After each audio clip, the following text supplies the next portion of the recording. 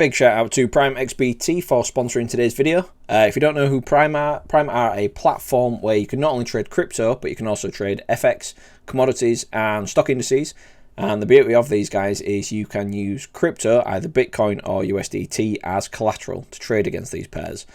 If you want to find out more about them, then check out the links down in the description. And if you do want to trade with them, then use our codes below to get up to a 7,000 USDT deposit bonus and 25% off trading fees. So thanks once again for sponsoring today's video. Good morning, gang. Good morning.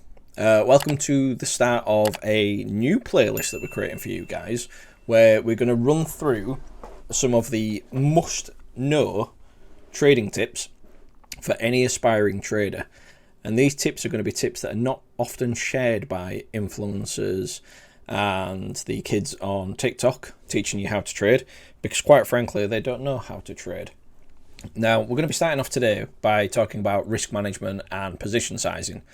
Arguably two of the most important topics that any trader needs to understand right at the beginning of their journey. And as I just said before, is the one thing that people don't talk about. So, why don't people talk about this? Well, what we see, typically speaking, let's say that, you've got a strategy that involves two EMAs. Let's change this to green. So, standard EMA crossover strategy. So what people will say is once the EMAs cross over, you take your long position. So they do this, plan it on the chart, you got your long position at the crossover, wait for your candle close, you have your stop loss beneath a key swing low, and you're targeting whatever whenever the EMAs cross over again. Now, something that I don't work with personally, and it's not something that I teach in the group. But that's great. You can see your position. You can see your risk to reward. That's great. But what it doesn't tell you is what's your risk management? What position size are you going in with this trade? Are you using your entire account balance in this trade? How much are you going to lose if this trade goes against you? It doesn't tell you any of that, which means that if you did go, as an example, and you went 100% all in on each of these trades, and you had a couple go against you, that's it. You can wipe out your trading portfolio very, very, very quickly because you've got no risk management in place. So let's talk about how we manage risk and what it is. So initially, risk management refers to the money that you're willing to risk in order to see a potential return. So some people refer to it as, RR, or risk to reward. So what does that mean? Well, let's assume that you've got a starting capital of $1,000. So that's your trading capital. And let's say you're willing to risk 1% of this trading capital. Now, 1% is a fairly common risk percentage within trading, especially for experienced traders. You will see quite often, you'll see people risk anything from 0.5% up to the most, credibly that you could see is maybe around 5%. But if you're risking up to 5% of your trading capital, then you need to be very, very confident that the trade that you're presented with has a really high probability of playing out. So for me, typically speaking, I work anywhere between 1 and 2%. Now, what does this mean? Well, if you're risking 1%, that means the maximum you are going to lose if your trade idea is wrong, and you will have trades that are wrong, is $10. So out of $1,000 capital, trading capital, if you're risking 1%, that means the maximum drawdown you should have on this particular trade setup is $10. Okay? Now, why do we need risk management in place? Well, quite simply, because nobody wins 100% of their trades. So this is where it comes down to win rate.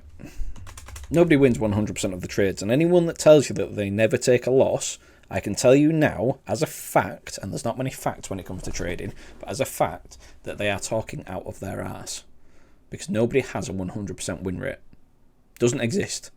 So a good win rate to aspire towards would be something like 60%. Now 60% to me would be a very good win rate. Anywhere between 60 and 70%. That's typically speaking where I average out at.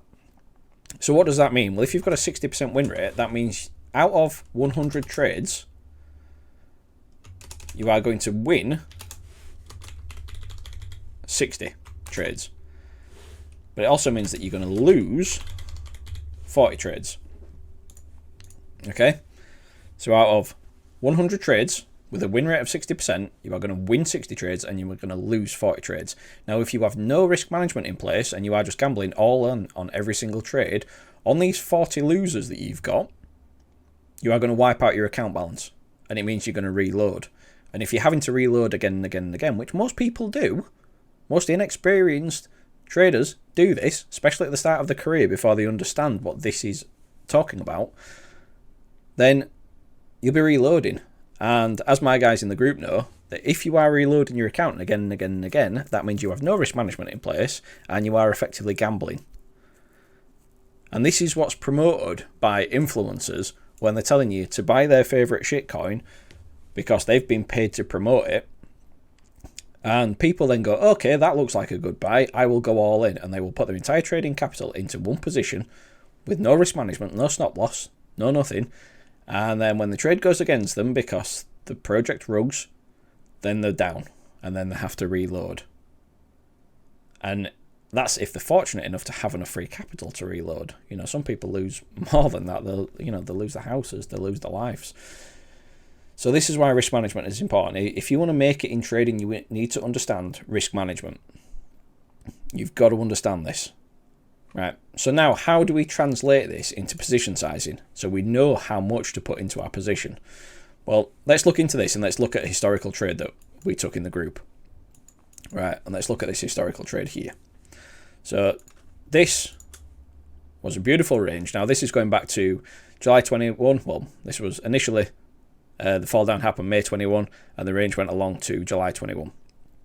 Okay, so this was a lovely range. This was after the 65k high. We came down, we came back up into the golden pocket. This was a short trigger, coming down to the 1618 extension, just as to show you guys what we mean by this. We came into the golden pocket here. We had a short trigger here in the group, and then what we were targeting here is a very extended target, but obviously we did have the aggressive move down into the 1618. So this was how this range formed in the first place. So once we came down here, the 1618, start of the range. Now, we didn't know it was a range until we got another test at the high, another test at the high, respect at the EQ, then we got the low test, back up to the EQ, and then we came back down.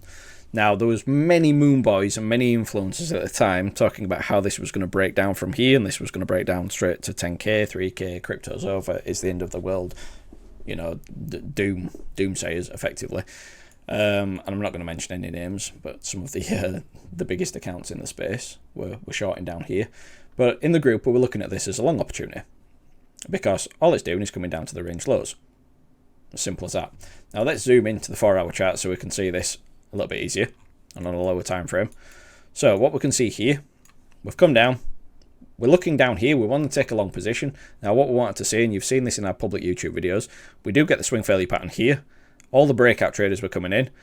Once we reclaimed back inside the range, there's your long trigger, because you know that all these breakout traders are now trapped and now they're going to get short squeezed. So this is what happens. So now we work out our trade idea. So this is fine. So what we're going to do is we're not going to use this as our key swing. We're going to use this as our quick key swing. If we come down below here, then our trade idea is invalid and likely it is going to roll over. So right now we can see we've got 5% stop loss and we're targeting the range highs initially. Now this did end up turning into a swing trade where we managed to trade this a lot higher, but this is just the initial trade idea that we had. So this is offering a 1 to 7 risk to reward. So 7 times risk is your potential reward if it manages to get to the other side. Now again, this is all well and good, but this doesn't tell us how large our position size should be or how small our position size should be. So how do we work this back? Well, what we need to do first is go onto our website. So we'll come over to spitfiretraders.com. The link is down in the description. And on the home screen, we've got our Traders Discord here. Now, if you click on this, our Traders Discord, this is access to our free Discord. There's over 1,000 members in our Discord, and we share a lot of hints and tips in our free Discord. So once you've clicked this button here, you may ask to verify your account. That's just that's one of the bots that we have in place, and it'll then bring you over to our Traders Discord. Now, once you're in our Traders Discord, on the left-hand side, you can see a tab called Resources. Now, we're clicking here, And within this tab, we've got access to lots and lots and lots of free tools that we use on a daily basis to help us with our trading. And the top one is the position size calculator. So this is our free calculator in the group that you guys should be using. So once we click this link, then it'll open up our position size calculator. So let me see if I can find it down here. There it is. We've got our position size calculator here. And we can see this is very easy to use. You know, we've got the fields that we need to change. We've got some explanations below. Now, what we want to do is we want to zoom back out from here and come back up to what we were talking about over here. So let's say our trading balance is $1,000. So we've got $1,000 capital here. So this matches up nicely. Our stop loss percentage, as we just figured out here, is 5%. So we've got this on 5. So this is a field that we can change. So we've got 5%. Our risk percentage, as we've said here, is 1%. So we've got this on 1%. Our leverage right now, we're basing it on 1x. So this could be a spot position as well. So 1x is spot position. And we can change this, and I'll show you that in a second.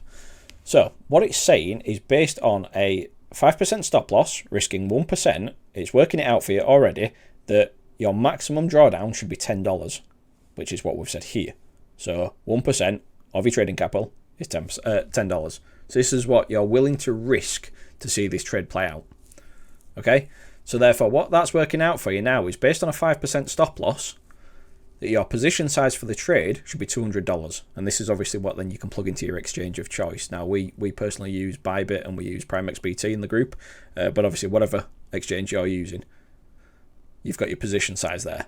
Now, let's say that you want to use leverage. Now, leverage, again, is frowned upon in the industry by people that don't understand how to use risk management, but realistically, it makes no difference because if, for example, you wanted to use a 5x leverage, then it reduces your position size for the trade to $40, but your max loss stays the same.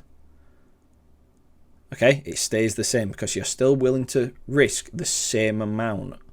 So just because you're up in your leverage, as long as you are using this calculator, you won't be risking any more regardless of your leverage. Now, if you start being a bit daft and going up to 50x leverage, then your position size you can see for the trade is $4. Your max loss is still $10, but one thing to take into account is obviously most stop losses on exchanges are based on a market order rather than a limit order, so therefore you will experience slippage. And when you're using higher leverage, then you're likely going to see a bit more slippage, so your actual stop loss might end up being more than $10, which is why, you know, it's better to use either no leverage or a lower leverage, but as long as you're using the position size calculator.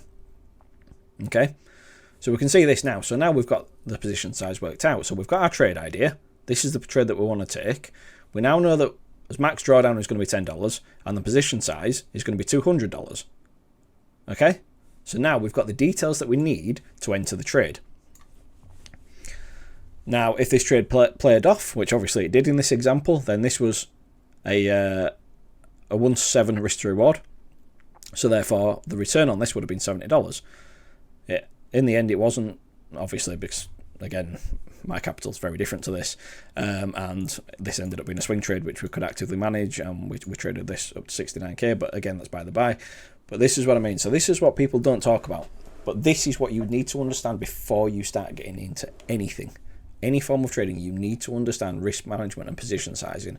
And if you're paper trading, then you can still use these calculations and the free calculator with paper trading to work it out until you get comfortable with it. But you need to be doing this on every single trade you take. Okay? So this is risk management and position sizing. This is episode 1 of the new playlist. Obviously, if you guys want to see more of these, then hit the like button. Don't forget to subscribe and tick that bell notification. And obviously, if there's enough uptake on this stream, then we will start recording more videos for you guys and creating this playlist. As usual, guys, nothing discussed today is financial advice. Obviously, this is just for educational purposes only because I'm not a financial advisor. You guys get the drift. But yeah, so use this tool. Get the calculator out of our Discord. Use this tool. All right, that'll do. Thanks, guys. Bye-bye.